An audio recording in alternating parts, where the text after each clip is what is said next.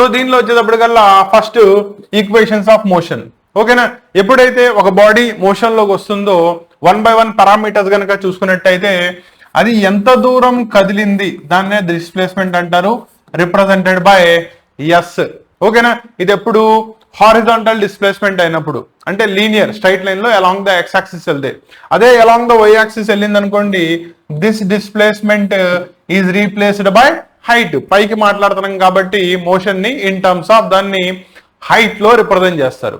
Clarity వచ్చిందా? Next దానిలో corresponding velocity you గనక తీసుకున్నట్టయితే అది దాని యొక్క ఇనీషియల్ వెలాసిటీ అవుతుంది, వి వచ్చేటప్పటికల్లా దాని యొక్క ఫైనల్ వెలాసిటీ అవుతుంది. ఓకేనా, దాంట్లో ఇనీషియల్ వెలాసిటీ ఇఫ్ బాడీ గనక రెస్ట్ నుంచి స్టార్ట్ అయినట్టయితే దాన్ని ఎప్పుడూ కూడా 0 చేసుకుంటాం. లేదు ఆల్రెడీ బాడీ మూమెంట్ లో ఉంది, it will have certain initial velocity. అలాగే ఫైనల్ వెలాసిటీ వచ్చేటప్పుడు ఫైనల్లీ బాడీ వెళ్ళి రెస్ట్ లోకి వెళ్ళినట్టయితే ఫైనల్ వెలాసిటీ 0 అయిపోతుంది. లేదు ఇంకా మోషన్ లోనే ఉన్నట్టయితే కనుక it will have a particular value of velocity, that is final velocity. రెండోది ఎంత యాక్సలరేషన్ అప్లై చేసాం. ఓకేనా, నా దాన్నే మనం ఏతో ఇండికేట్ చేస్తాం. మళ్ళీ దీనిలో 2 టైప్స్ ఉంటాయి. వెలాసిటీ పెరుగుతూ ఉంటే పాజిటివ్ యాక్సలరేషన్, వెలాసిటీ తగ్గుతూ ఉన్నట్టయితే నెగిటివ్ యాక్సలరేషన్. ఇది ఆల్రెడీ తెలుసు. అంటే దానికి సంబంధించి మనకి టైం ఎంత పట్టింది, they are expressed in the seconds లో ఎక్స్ప్రెస్ చేస్తాం కాబట్టి T corresponds to the second. So ఇవన్నీ కూడా బేసిక్ పారామీటర్స్. వీటి మధ్యలో రిలేషన్స్ చెప్పే వాటిల్నే మనం ఈక్వేషన్స్ ఆఫ్ మోషన్ అంటారు. కాబట్టి equations of motion basic motion of a particle యొక్క basic parameters displacement, velocity. Velocity వచ్చేటప్పటికల్లా initial velocity and final velocity. రెండోది యాక్సలరేషన్ అండ్ టైం. ఈ పారామీటర్స్ కి మధ్యలో రిలేషన్ చెప్పే వాటిల్ని మనం ఈక్వేషన్స్ ఆఫ్ మోషన్ అంటారు. అవి వచ్చేటప్పటికల్లా first one, final velocity is equal to u plus or minus at. This is the first one. Because acceleration positive లో ఉండొచ్చు, యాక్సలరేషన్ నెగిటివ్ లో. ఓకేనా, వెలాసిటీ పెరుగుతూ ఉంటే యాక్సలరేషన్, వేరాజ్ వెలాసిటీ తగ్గుతూ ఉంటే by the application of brakes it is retardation. క్లియరా? రెండో equation of motion that is s displacement is equal to ut plus or minus half at square. ఇది సెకండ్ వన్. దేన్ని ఫైండ్ అవుట్ చేయడానికి పనికి వస్తుంది, that is displacement. మూడోది వచ్చేటప్పటికల్లా v square minus u square is equal to 2as, it is also plus or minus. క్లియరా? So ఈ మూడింటినే మనం equations of motion of an object అంటారు in straight line, that is linear path లో. So final velocity is equal to initial velocity plus or minus at. Displacement of the particles s is equal to ut plus half at square. Final velocity square minus initial velocity square is equal to 2as కి సమానం. క్లియరా? ఎన్ని ఉన్నాయి overall గా? 3 equations ఉన్నాయి. ఆ మూడింటిని కూడా equations of motion of any object. Clarity వచ్చిందా? నా 1 by 1 వీటి యొక్క ప్రూఫ్లని చూద్దాం. Let us take x axis మీద టైము అండ్ y యాక్సిస్ మీద వెలాసిటీ తీసుకుని గ్రాఫ్ ని డ్రా చేశారు. Let us take body certain initial velocity దగ్గర ఉంది u and with respect to time దాని యొక్క వెలాసిటీ పెరిగింది కాబట్టి ఫైనల్ వెలాసిటీ v దగ్గర ఆబ్జెక్ట్ ఆగింది. ఓకేనా? బేసికల్లీ దాన్ని స్ట్రైట్ లైన్ పాత్తో లీనియర్ పాత్తో ఇండికేట్ చేసాము. గ్రాడ్యువల్లీ టైం పెరిగేటప్పటికల్లా దాని యొక్క వెలాసిటీ కూడా పెరుగుతా పోయింది. క్లియరా? నో ఇది బేసిక్ గనక తీసుకున్నట్టయితే దీని నుంచి మనం ఆల్రెడీ చెప్పుకున్న 3 ఈక్వేషన్స్ ని ఎలా ఎక్స్ప్లెయిన్ చేయొచ్చు జాగ్రత్తగా చూద్దాం. ఓకేనా? నో ఇక్కడ దీన్ని గనక ప్రొలాంగ్ చేసినట్టయితే కరస్పాండింగ్లీ మనకి టైం ఎంత టైం పట్టింది అనేది ఇక్కడ దాకా తెలుస్తుంది. ఇనీషియల్లీ 0 దగ్గర నుంచి t దాకా. లెట్ us టేక్ వీటిని పాయింట్ ఏ, ఈ పాయింట్ ని బి, ఈ పాయింట్ ని సి అనుకోండి అండ్ ఈ పాయింట్ వచ్చేటప్పటికల్లా డి, మళ్ళీ ఆరిజన్ ఓ దగ్గరికి వచ్చేస్తుంది. ఓకేనా? నా యాక్సలరేషన్ ఇక్కడ దాకా మీకు వెలాసిటీ ఎంత ఉంది u, ఇది v దాకా పెరిగింది కాబట్టి v minus u divided by t చేసుకుంటే నీకు యాక్సలరేషన్ వచ్చేస్తుంది. బేసిక్ పారామీటర్స్ అన్ని ఓకేనా? Now first basic definition of the acceleration చూడండి. That is a is equal to v minus u divided by t. కరెక్టేనా?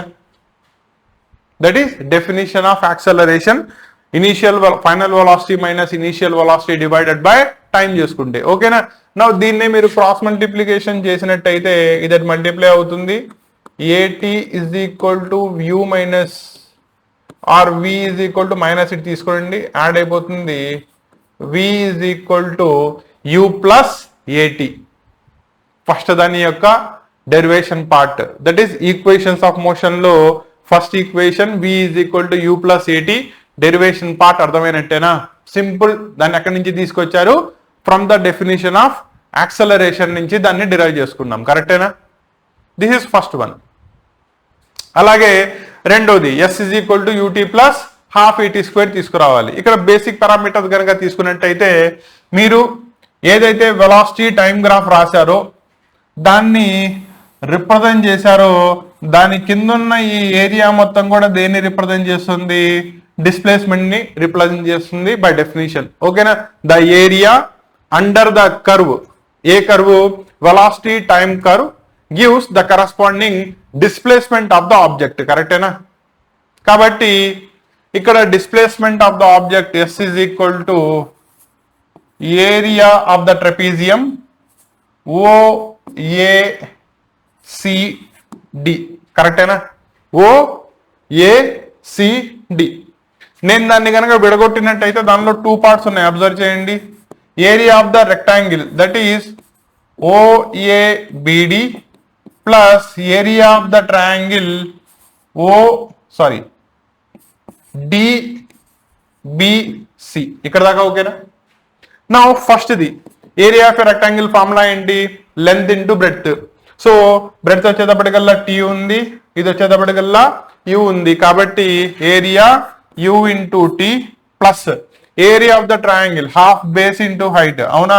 Half base that is nothing but ఇది కూడా t నే అవుతుందిగా, t ఇంటూ దిస్ వన్. ఏది? ఇది. అవునా? ఎంత అవుతుంది? మీకు ఆల్రెడీ దాన్ని డిఫైన్ చేసాం. ఏమని?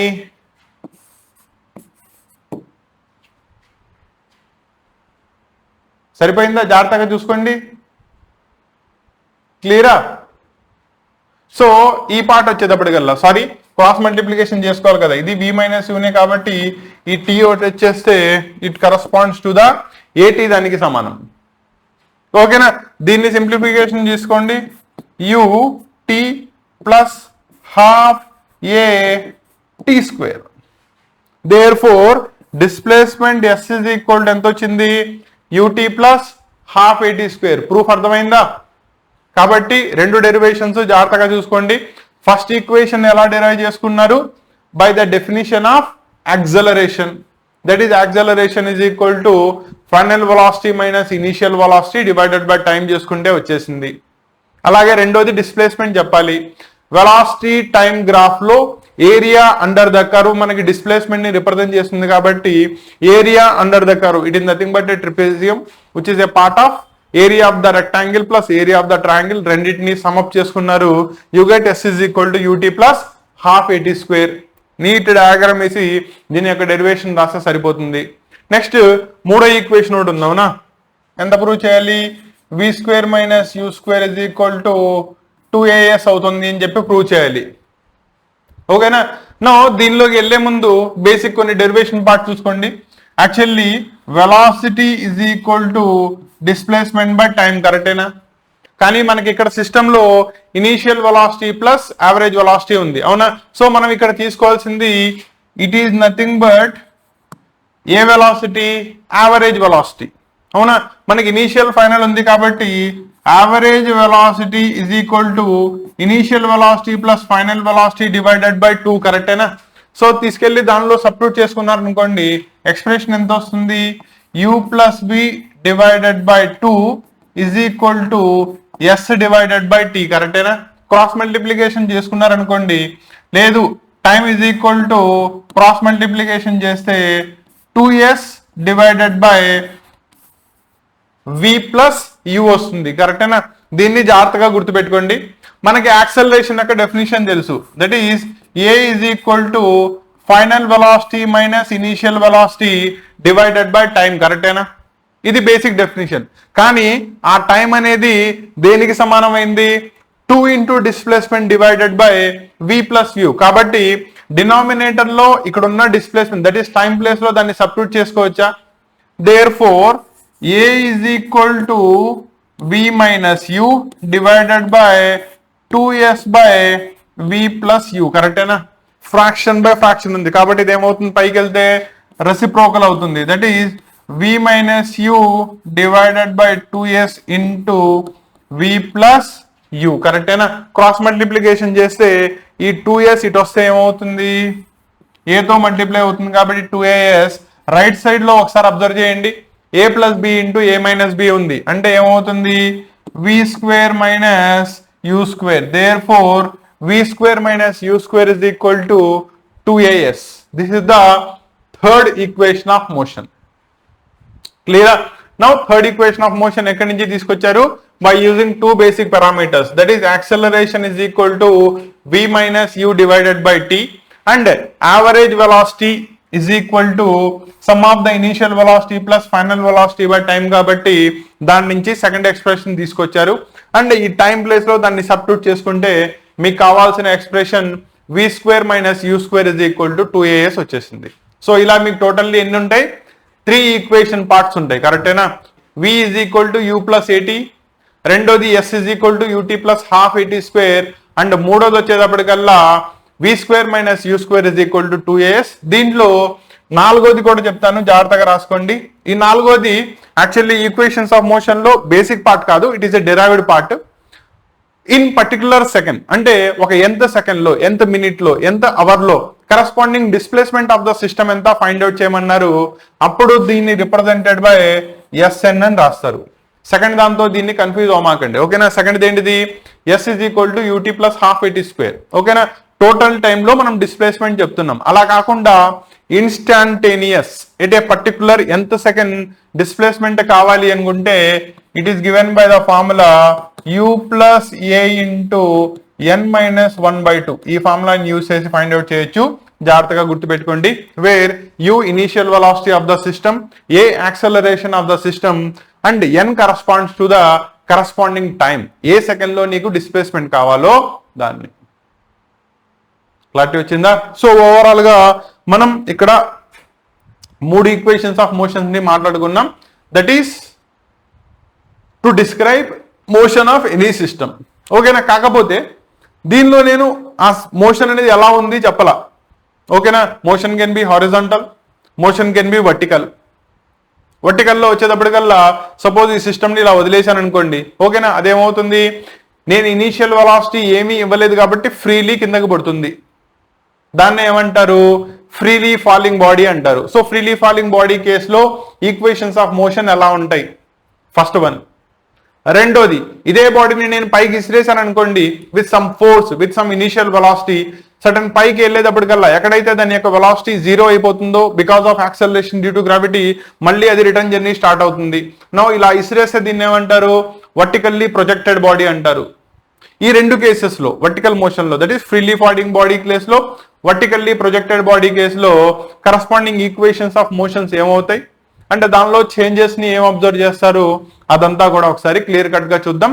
అది చూడాలంటే ముందు ఈ బేసిక్ 3 ఈక్వేషన్స్ తెలిసి ఉండాలి. 3 అర్థమైనట్టేనా? అండ్ ఇక్కడ ఐపీ వైజ్ డెరివేషన్ పార్ట్స్ కూడా ఇంపార్టెంట్, జాగ్రత్తగా గుర్తుపెట్టుకోండి.